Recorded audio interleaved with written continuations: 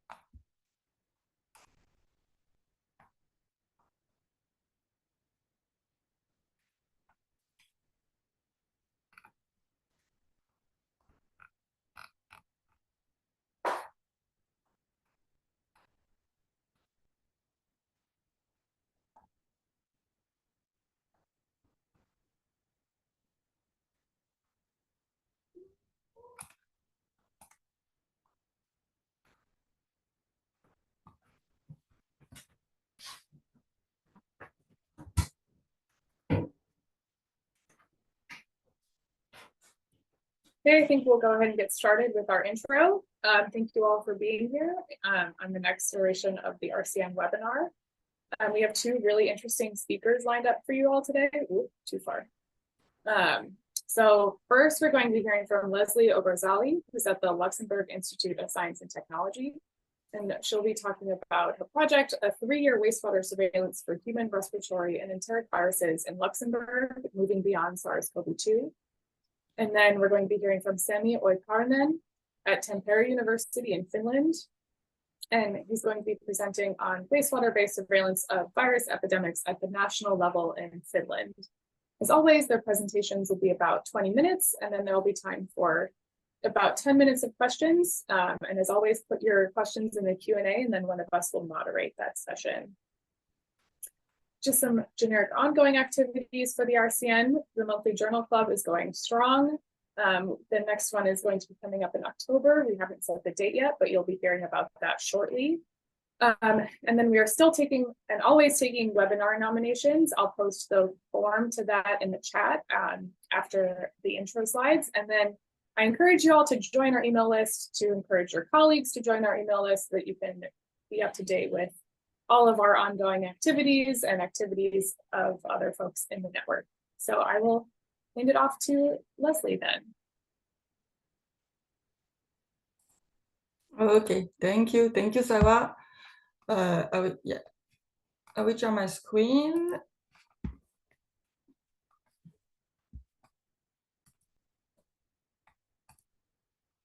Okay. Is that okay for you? Yeah. Looks okay. Great. Okay, so perfect. So I will starting, and first of all, I want to thank you, the webinar organizer, and especially Ali, to give me the opportunity to present to you here the result of my project on the wastewater-based epidemiology in Luxembourg. Maybe just to start, I will just make a brief geographical memory. Just here you have the Luxembourg, so it's a small European country located between the Belgium, Germany, and France. So at the very beginning of the SARS-CoV-2 pandemic, we set up a national-wide wastewater monitoring network. And today, this network comprises 13 different wastewater treatment plants and a sampling station in the airport sewage. With this surveillance network, we cover around 75% of the total population of the country. Yes, it's really one of the main advantages of being a small country in size, because we have no need to analyze too many samples to have a good coverage of the populations. In general, the samples are taken in the inlet of the wastewater treatment plant, and the sampling and the monitoring is still ongoing for a series of different viruses.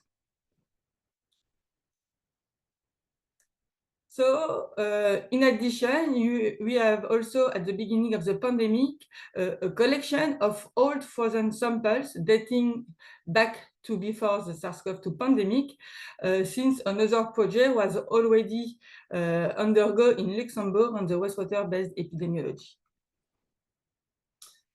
So as an introduction, I will just briefly present to you the SARS-CoV-2 data. Here, the data are presented at the national level. It means that the data coming from the 13 different wastewater treatment plants are aggregated all together to obtain a general picture of the virus circulation in wastewater and in the population.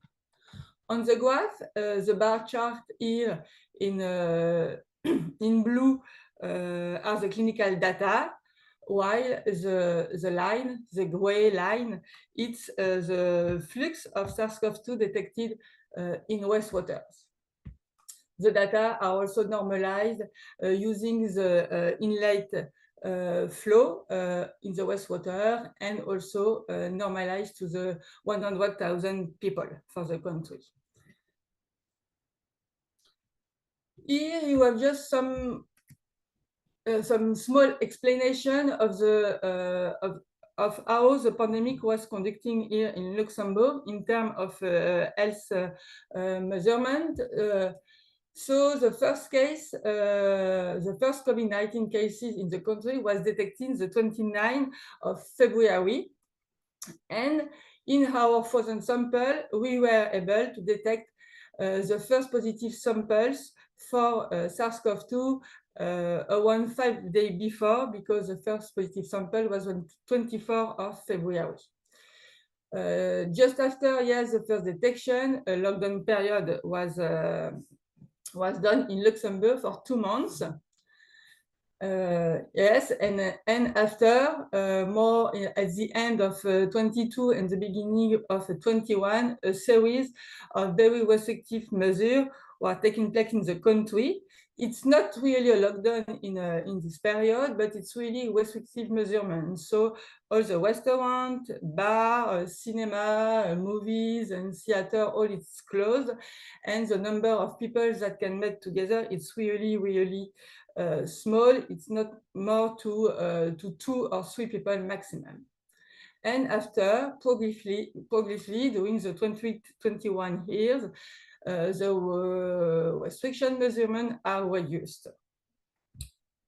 Here you can also notice that for the current year, in 2024, the clinical data are no more really useful, because the testing of the population was mainly stopped.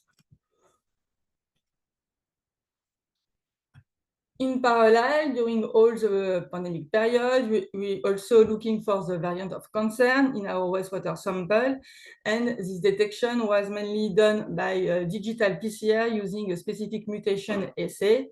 So for each variant of concern, you follow a specific mutation, more or less specific to this variant, and we are able to completely reconstruct the detection of the different variants all over the period of the pandemics.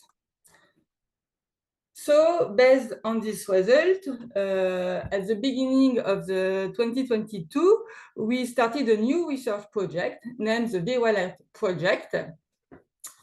And the objective of this project is really to push the boundaries of the wastewater-based epidemiology to other viruses, and to try to validate, if possible, this methodological approach for other respiratory and enteric viruses. So we select different family of viruses. It's all RNA viruses. So for enteric viruses, you target specifically the norovirus and the enterovirus. And for the respiratory viruses, we have selected, of course, SARS-CoV-2, but also the other human seasonal coronaviruses, the influenza virus, and also the human respiratory syncytial virus.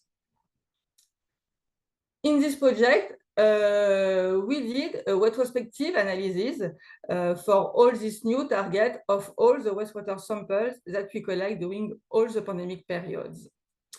But we decided to reduce the number of the wastewater treatment plants that we follow and you finally select only the 4 main wastewater treatment plants of the country located in the south of the country, that is the more populated region of the countries.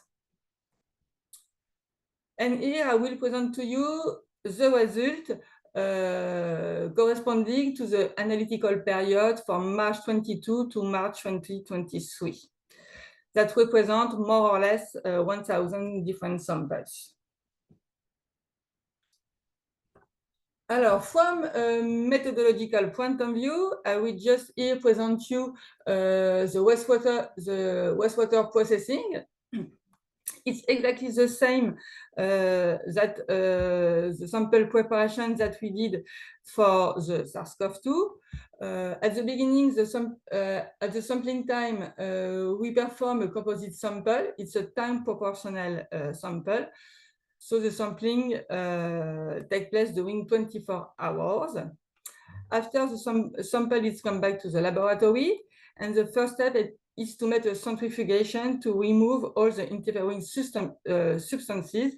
That means that you work only on the water fraction of the wastewater samples. Then you have a concentration step to collect the viral particles, and after you have an RNA extraction, and the detection and the quantification were done by RT-qPCR and also RT-digital PCR.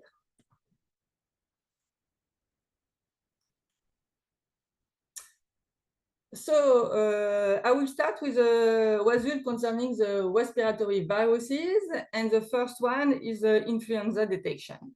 So you can see here on the graph the percentage of positive samples for the detection of influenza. The detection was done by RT-qPCR that specifically targets the influenza A strains. So you can see here that the 22 and 2021 years, there were no detection of influenza in the samples, and there were also no human cases declared at the national level during these 2-year periods. After, you can see here that you have a few number of positive wastewater samples for the detection of influenza A. But even if the number of positive samples is quite low, this positive sample correspond to the epidemic wave that you have in 2022. However, all the positive samples were under the limit of quantification for the RT-qPCR assay. And also you can see here for the second wave that the number of positive samples seems to be surprisingly very, very low. So we decided to finally go for another detection method, and you decide to reanalyze all the samples by digital PCR using a multiplex assay for influenza A and influenza B virus together. And you focus this second analysis on the epidemic period in 2022. The first result is that it seems that we get a better sensitivity using digital PCR than the RT-qPCR, and all the positive samples were now quantifiable for the presence of each viruses. So here you can see the first wave in 2022. This wave of contamination is mainly due to the influenza A viruses, and we are able to detect here in our wastewater samples. For the second wave, you have a different figure because you have a first big peak of contamination due to influenza A viruses, and this peak is also present in wastewater. And it seems that a second peak of contamination here was mainly due to the influenza B viruses, because you are now able also to detect its RNA in our wastewater samples. But for this period here, you are not always all the clinical data, and you need to have access to this data from the Ministry of Health in the coming months. Anyway, when we conduct the correlation study, so you make a Spearman correlation study to understand if the detection in the wastewater is correlated or not to the clinical data. And yes, it's the case. When you combine the detection of flu A and flu B together, you have a significant correlation, and you have also a significant correlation when you use only data coming from the flu A viruses. No correlation was found for the moment for the flu B, but it's also because you have a lot of clinical data are still missing in the 2024 years. So here, definitely, you really have a very interesting results on influenza viruses that also demonstrate that the wastewater-based epidemiology can be used for influenza virus. Here now you have the next result concerning the RSV. Once again, the results are presented in the same way in terms of a positive percentage of positive wastewater samples that you have here, and you are here two different data from clinical cases. It is important to note that the RSV is not a notifiable disease in Luxembourg, and we get really few data from the Ministry of Health for RSV. So the Luxembourg data are here in pink or red, and so you have also we have also looked on the clinical data coming from France, a pays just close to the border, when the clinical data are much more relevant for the RSV viruses. All the analysis was also did by RT-qPCR, specific to the human RSV, combining RSV-A and B.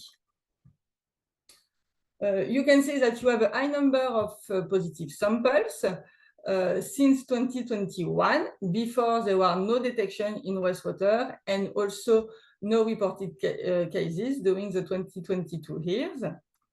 But once again, most of the possible samples were under the limit of quantification on our RT-qPCR assay. Here you can see that you have something maybe more interesting, because you have really a peak also in the Luxembourg data, because following our research and also our discussion with the Ministry on Health, they finally decided to increase the reporting for the specific disease, and this allows us to show the correlation and also the interest of the wastewater-based epidemiology for these viruses also. Also, for the moment, a new work is also in progress to make a detection, to have a detection using the digital PCR assay to get more insight on the concentration of these viruses in our wastewater samples. So here it's more or less the same. It's just an overview of the detection of the seasonal coronaviruses. Once again, you have no data available in the human population for the seasonal coronaviruses. And the detection is made by real-time PCR using 4 distinct assays. Here you can see that you have a significant number of positive samples all over the period, except in 2020. And you can see that you seems really to have a kind of seasonality of the circulation of such viruses in the wastewater sample, with a higher prevalence of the strain 229E, followed by the NL64 strain. So maybe just now you can also move to the enteric viruses. So here you have the result obtained for the norovirus, always presented in the same way.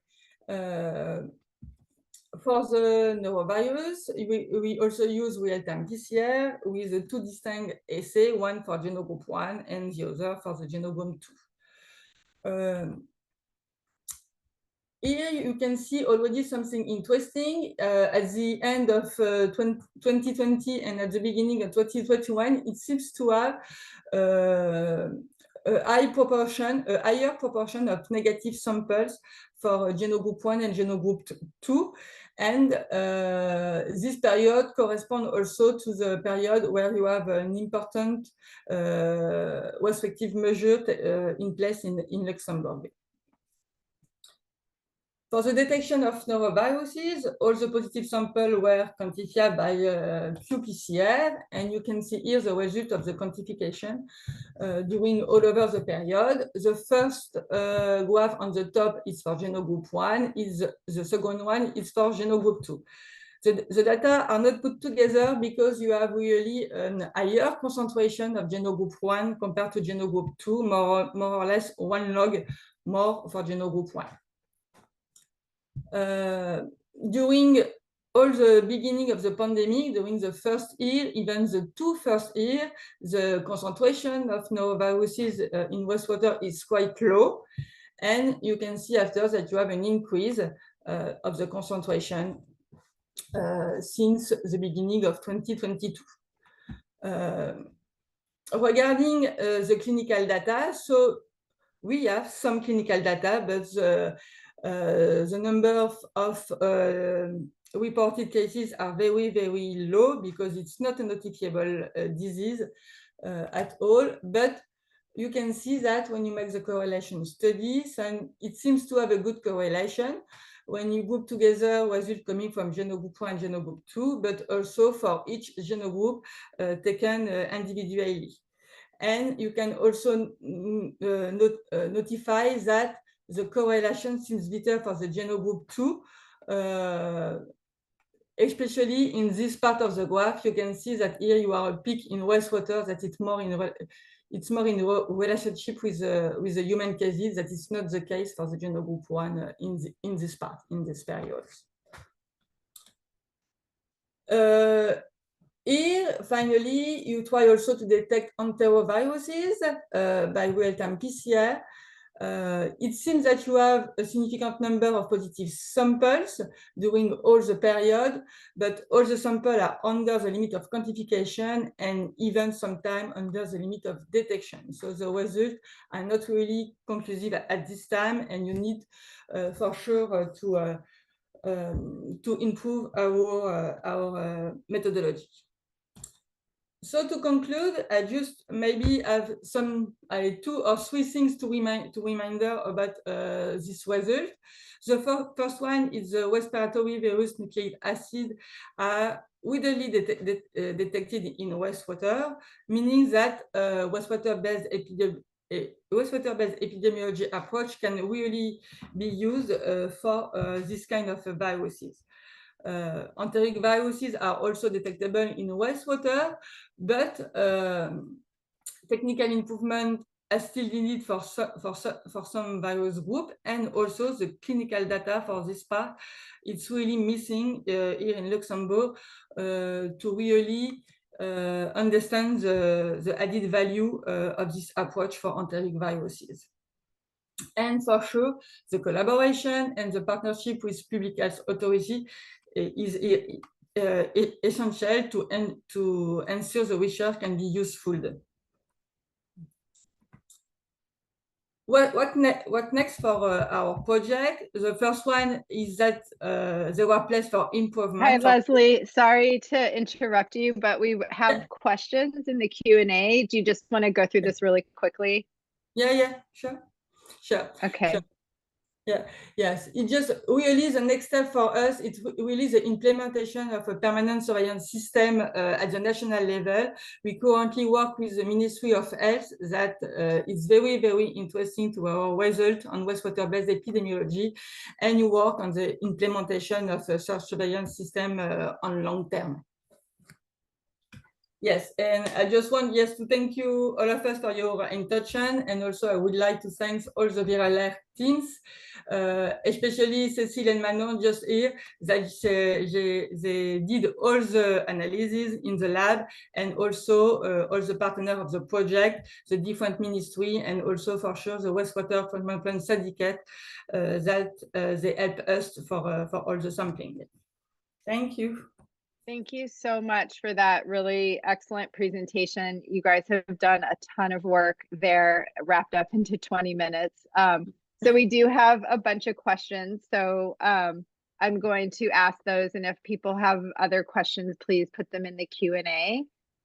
So the first question, I think, is more about like Luxembourg as sort of a place where, is it a place where you could potentially have a lot of importation of people? Do people cross the border, commute for work? Because it's such a small country, the question is whether like the wastewater represents like the people population of Luxembourg, or does it represent like people contributing from around different places? Do a lot of people travel to Luxembourg for like work for the day, for example, and then leave?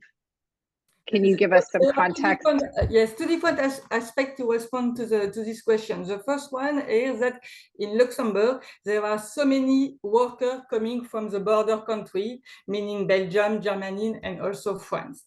And for sure, the data you collect, there were also an impact for sure of all the transborder workers. But during the main period of the pandemic, everyone more or less are at home office, and normally you have no more impact on this effect during the pandemic, because everyone are at home and not in Luxembourg for working. And also the other aspects is, yes, there are a lot of people that also go away everywhere in Europe, and also everywhere in the world. That's why you finally decided to add a sampling point at the airport, also to try to manage this aspect. But it's quite difficult because Luxembourg is a small country, and you have also a small airport. And most of the people coming or go away from Luxembourg pass before another airport, a bigger airport on the other country. And it's really difficult to manage and to understand really the travel and of the different travelers. Yeah. Thank you. Okay, the next question has to do with storage of your samples. So I think, I'm not sure, but I'm guessing that your study is a retrospective study, or is it prospective? Yes. And if it is, yes, it's a retrospective study, right? So there was a question about how storage and freeze thaws might impact your measurements, and I wonder if you have any insight about that. Yeah. For all the sample were stored in -80 after processing, so you store only the concentrate. And normally, also just before it, you directly also put your sample in a buffer lysis, in different tube of buffer lysis, to perform all the extraction, to try to avoid to freeze the original samples, and to avoid to have too many RNA degradation in our samples. Yeah. Okay, thank you. In terms of the Luxembourg Ministry of Health, Are they currently excited about wastewater data? Are you guys doing any prospective measurements right now for influenza and RSV that might inform their response to the upcoming season of those respiratory viruses? Yes, since the very beginning of the pandemic, you really have get the support of the Ministry of Health, because they really are very, very happy with the result, and they decided to use the wastewater data as a real indicator of the circulation of the viruses during all the pandemic period. So for the moment, the monitoring is still ongoing on the request on the Ministry of Health, because there are no more testing of the population, and the wastewater information is the only information that they get for the circulation of the viruses. And now we really work in close collaboration with the Ministry of Health to make for the implementation of the permanent monitoring surveillance, with the inclusion for sure of some other respiratory viruses, and also other emerging viruses of interest for us. Thank you. That's really interesting. So you guys are doing prospective measurements right now. Okay, that's great. So there is, let's see, there are some questions in the chat that we're not going to get to. We have time for one more question, so you can answer those during Sami's presentation maybe. But I guess one more question that we'll ask is about the enteroviruses. Since enterovirus is such a diverse genus of viruses with so many different manifestations of diseases, is that a target that your health ministry is really interested in? Do they find that data useful? I mean, it's very different from norovirus, which is really specific to a specific clinical manifestation, whereas enterovirus could be anything from respiratory illness to enteric illness to, you know, polio. So what are your thoughts on that specific target? Yes, for the enteroviruses, yes. So at the beginning, the story was starting with polio detection in wastewater, because the member state of the European Commission have to report to the European Commission to the data on polioviruses, and so you have conducted some years ago several studies on the detection or not of polio and vaccine strain in the wastewater in Luxembourg. So for sure, there are also an interest from the Ministry of Health for this part. For the noroviruses, maybe it's less interesting, because it's not really a problem for the circulation of gastrointestinal viruses, but yes, they are part of the project, and they have yes, an interesting look on our data, yes, to try to define what will be the best target to follow in the future.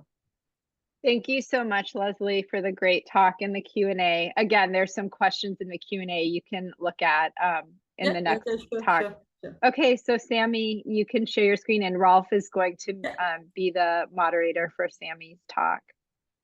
Okay. Thanks, Leslie. Great talk. Yeah, let's move on. So we have our second speaker here, who will inform on wastewater-based surveillance of virus epidemics at the national level in Finland. So we welcome Sami Oikarinen. Thank you. Do you see my slides? You do. Sami, take it away. Okay, excellent. So first I want to thank you this possibility that I'm able to show our results from our research. So I will talk about wastewater-based surveillance of virus epidemics at the national level in Finland, and this is based on the academic project, which was funded by the Academy of Finland, and we have 3 partners in this project: Tampere University, then we have University of Helsinki, Anna-Maria Heikenheimo, and also Tarja Pitkänen from Finnish Institute for Health and Welfare. This talk is based on the Waste Fund project, as I told you, And the acronym comes from the wastewater-based surveillance as pandemic preparedness tool. Aim of this project was to develop a preparedness tool for environmental surveillance for infectious agents and also antimicrobial resistant genes that are circulating in the community. Other really important point here was that we wanted to develop also a platform that can be used for the convey the information for the decision makers and also citizens more rapidly and efficiently, so that this data can be really used for the society. When we started this project back 2020, so we were thinking a lot about which are the important points for the surveillance program in the long run. So we were thinking a lot about which target should be taken in this surveillance program. And then we thought that how much it should be the coverage of the country in the terms of geographical distribution, as well as the how often the samples should be taken. Then we thought about also laboratories, which methods, which are the best methods to, the laboratories, what is the best laboratory network which would serve the surveillance program in long run. Then we developed also quite many methods for most important pathogens. We defined the detection limits and also methods for quantification or normalization. And as we learned during the COVID-19 that also the reagents might be run out, so therefore we tested also quite many different methods. And as I told you, the one really important point was data utilization. So we had a long discussion with the national and regional health authorities, so that we could figure out what is the best way to communicate the information to society. Here is the material methods of our project. So we selected 10 wastewater treatment plants from Finland, which present about 2.2 million inhabitants. It's about 40% of the Finnish population. And in the map, you can see the location of these wastewater treatment plants. And just if Finnish geography is not familiar to you, so this is in scale to US, how big land we are talking about. So this is about size of California. The cities, what we selected in this study, they varied in inhabitants, number of inhabitants. So the smallest cities were 55,000 inhabitants, and biggest was 860,000 inhabitants. Like quite many other studies, we also collected 24-hour composite samples from incoming wastewater, and 1 liter of this sample was sent in 3 laboratories in cold boxes, and then samples were stored in -80 degrees freezers. And this sample collection was done monthly, starting from February 2001, and then we stopped collecting samples February 2023. The virus analysis and actually all the other virus analysis were also done from immediately when the samples came to laboratory. So samples were not freezed, and they were analyzed within approximately 24 hours from the collection. And for virus analysis, we used the supernatant fraction. And the method what we utilized for the virus analysis, they were RT-qPCR methods using Rackman chemistry. I thought that we considered a lot like which pathogens we should study. And since this was academic project, we have time to think about that, and we decided to have a really wide range of pathogens. We had about, I think, 11 viruses what we studied, but in addition, we studied also bacteria species, pathogenic bacteria from the wastewater, as well as multi-drug resistant pathogens and antimicrobial resistant genes, as well as parasites and fungi, just to see like how you can utilize the wastewater, which pathogens you can utilize the wastewater monitoring. These viruses present quite different type of viruses. These are respiratory viruses as well as gastrointestinal viruses. Some are reported really nicely in the Finnish National Infectious Disease Registers. Some are not. Then there are DNA and RNA viruses in this panel. Finnish National Infectious Disease Register is quite good, it's really good.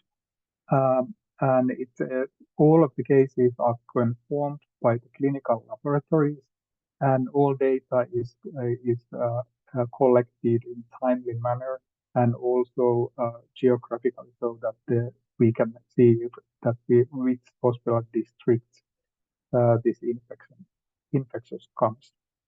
So this data gives for us really good possibility to match the data with wastewater data with the clinical data. Then I showed you two examples from our study. Other is the influenza and other is the RSV virus. So in Finland, we have during this study period, we have two waves of influenza.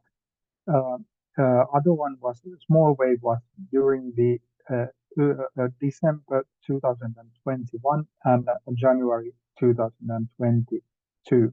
But later on in the springtime, in the April, started a new wave, and it peaked during the May, and it was over again in July. And here you can see that our results in the right panel. The black line indicates number of disease cases in the society. Red circles or balls indicate the amount of influenza A virus in the wastewater. Then red circle is that we detect the influenza virus, but it was below the quantification limit, and black dot indicate that we detect studied the water sample, but it was negative. So most of these samples, we studied 141 monthly influent wastewater samples, and most of these samples were collected during the time that there was no indication about the influenza cases in society.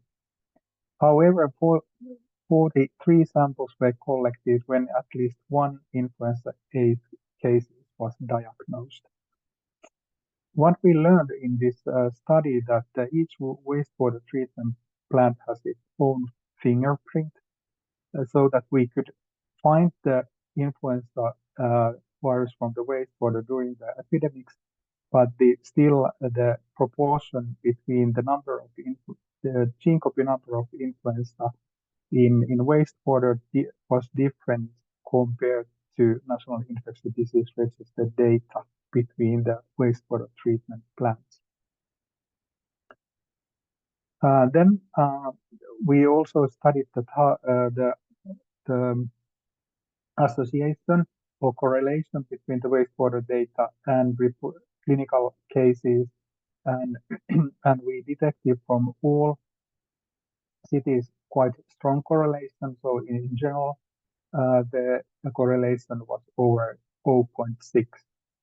And the data what I show here, the data is correlated to the following week from the collection of the wastewater, but this correlation was strong after 3 weeks after even 3 weeks after the wastewater collection. Then we also tried to find out that what is the incidence, how high the incidence of influenza has to be that we can detect the virus from the wastewater. And and the results are quite logic. The higher the incidence is, then more often we find the influenza virus from the wastewater. And the detection limit was approximately about 3 cases per 100,000 inhabitants per week that we could detect the virus from the wastewater.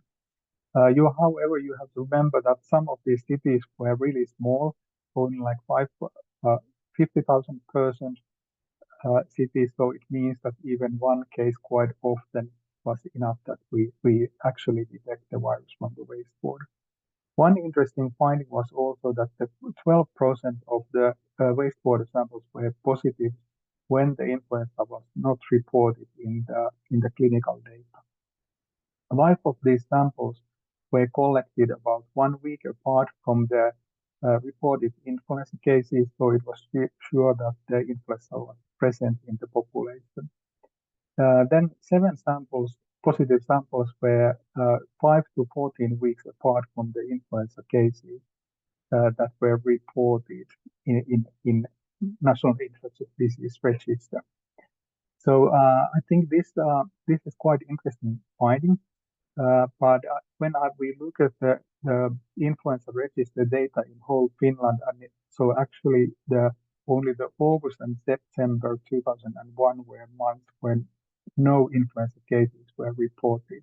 So this might suggest that actually influenza was present all year in Finland.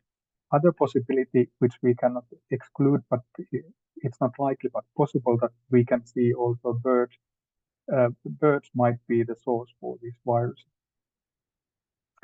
Then we look at also the adjusted data so that we anchored the data based on when the influenza initiation of the influenza wave. And there you can see that actually we could detect the virus from the wastewater even earlier from the wastewater. That the cases were reported in the National Infectious Disease Register. Then if we go to the respiratory syncytial virus results, these are pretty much same like in influenza virus. We had one wave of influenza in Finland starting in late autumn 2001 till springtime 2022. And here you can see the results for wastewater treatment plants, and we quite nicely actually detected also the respiratory RSV virus from the wastewater in the same time as they were reported in the National Infectious Disease Register.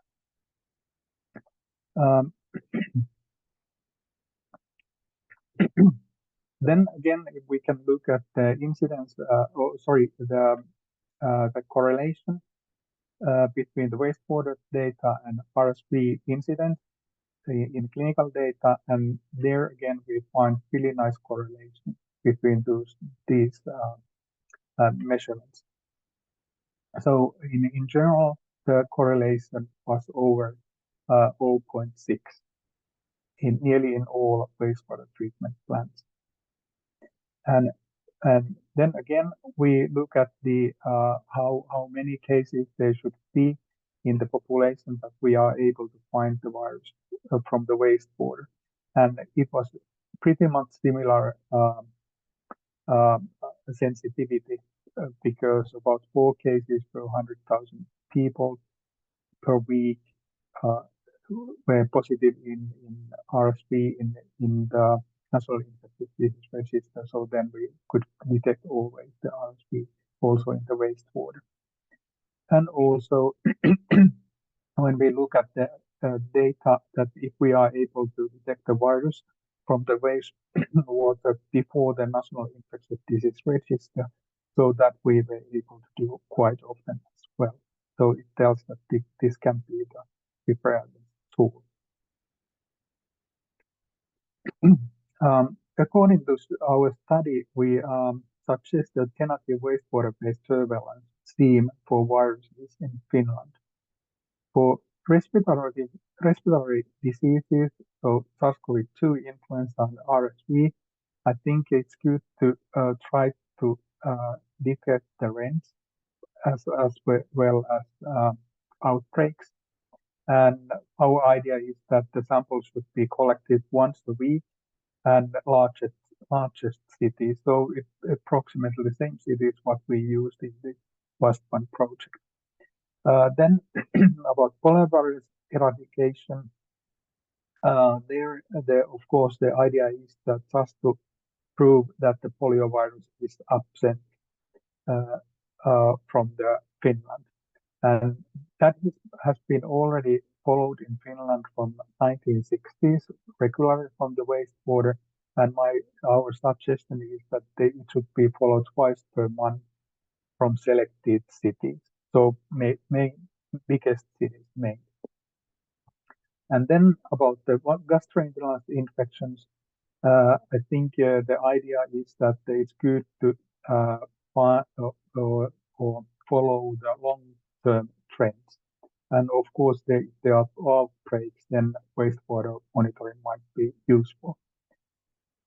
And there, the following time could be like 1 to 3 times per year, and the coverage could be about 40 to 60% of the whole population. Then if we go to the conclusion, I think I showed that the WASP-1 project is a comprehensive survey, both in temporally and geographically in Finland, targeting various pathogens at national level.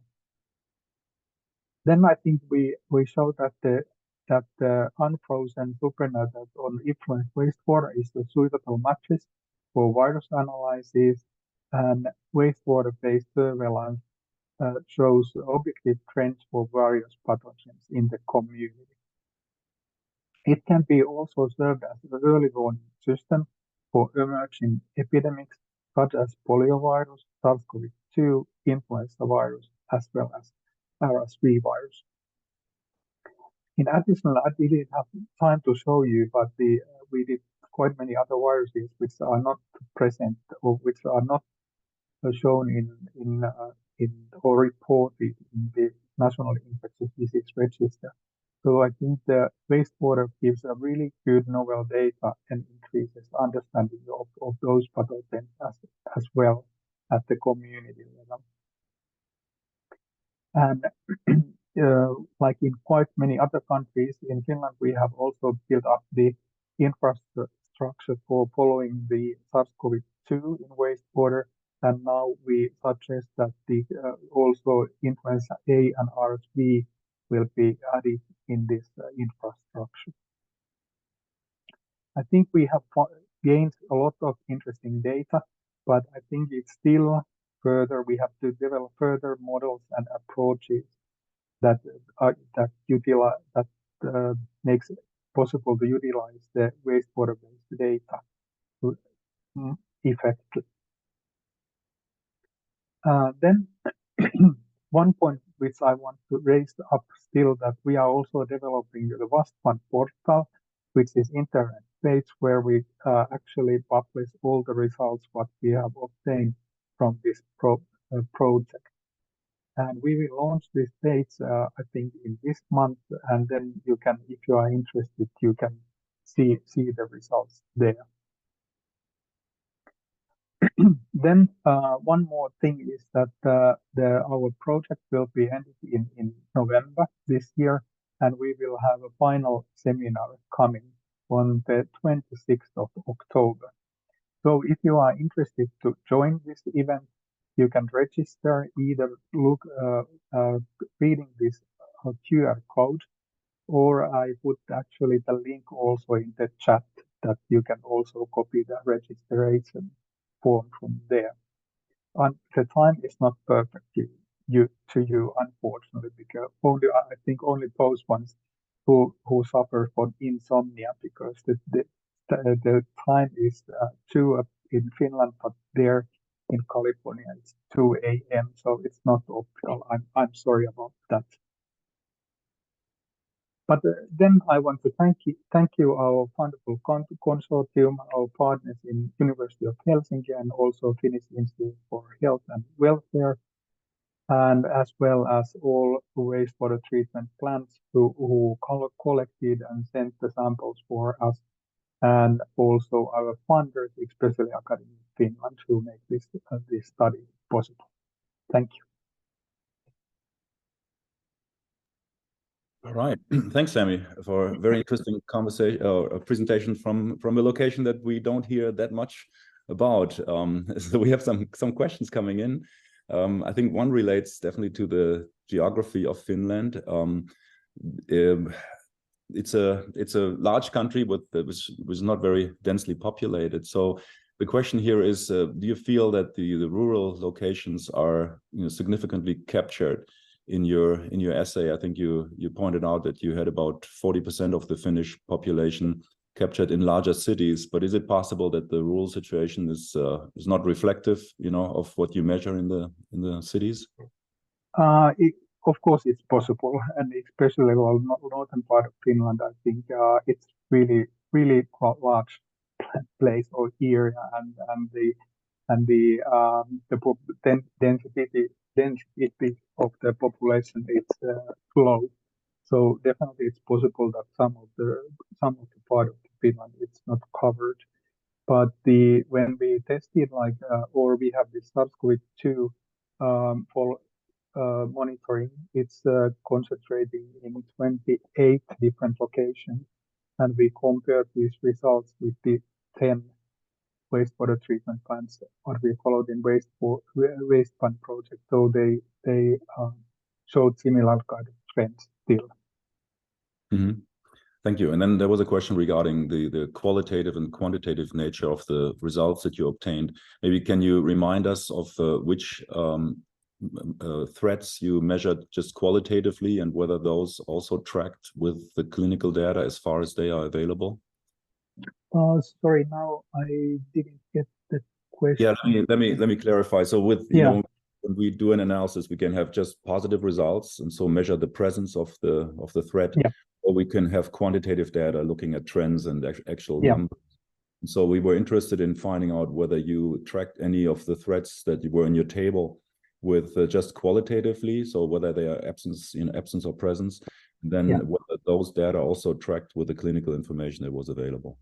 Yeah, all the data all the viruses what we followed, they were quantitative data. But of course, for the bacteria, which I didn't show, and it's actually the University of Helsinki and the the Finnish Institute of Health and Welfare who did the analysis. So those are also qualitative data, but the virus analysis have been done in quantitative way.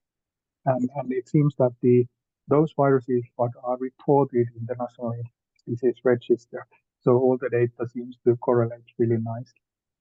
Mm-hmm. And maybe out of curiosity, how the Finnish health agency sees the value of wastewater. So it appears that you capture about 40% of the population, meaning that the majority is not captured in the measurements. Obviously, you make efforts to compare your data to the clinically available data, but I think we appreciate, and I think it's implied when you measure for the absence of polio in wastewater, that wastewater might possibly see things that are not observed in clinical settings. I'm thinking particularly of diseases that often get underdiagnosed, like norovirus infections and so forth. What is your impression of the value? Are people just looking to kind of benchmark everything to the clinical data that are available, or are they seeing opportunities to actually use wastewater as a completely separate tool that can give information that is not captured by clinical data, which oftentimes also are biased or unavailable biased, and so forth? Yeah, I think if in my experience, what I've learned, for example, if we are talking about the doctors who are taking care of the patients, so they are concentrating on clinical data, and I think they have the feeling that they don't know what they can get from the wastewater treatment or wastewater data. But then again, if we think about the authorities who are like really make a big decisions, there I think that there is an interest and they are willing to or want to see what is coming, or if we can somehow predict what is coming. So I think those people see the value of the wastewater data. And also I think just the general audience, they are, in my opinion, quite interested about the wastewater data. And of course, there are also some doctors who are interested, but I would say that most of the doctors, they don't find the value. And I think still we need to talk with them and try to find out the way, is there something what we can do more, how we can convey the information for them in meaningful way. Yeah, great. I think that situation probably prevails in a lot of other locations too. Well, thank you for your presentation. We are out of time here. I hand it back to Sarah for any final comments, or maybe announcements. No, nothing else. Thank you all for joining. And thank you for some wonderful presentations. It was really interesting. Great seeing you all. Thank you. Bye. Thank you.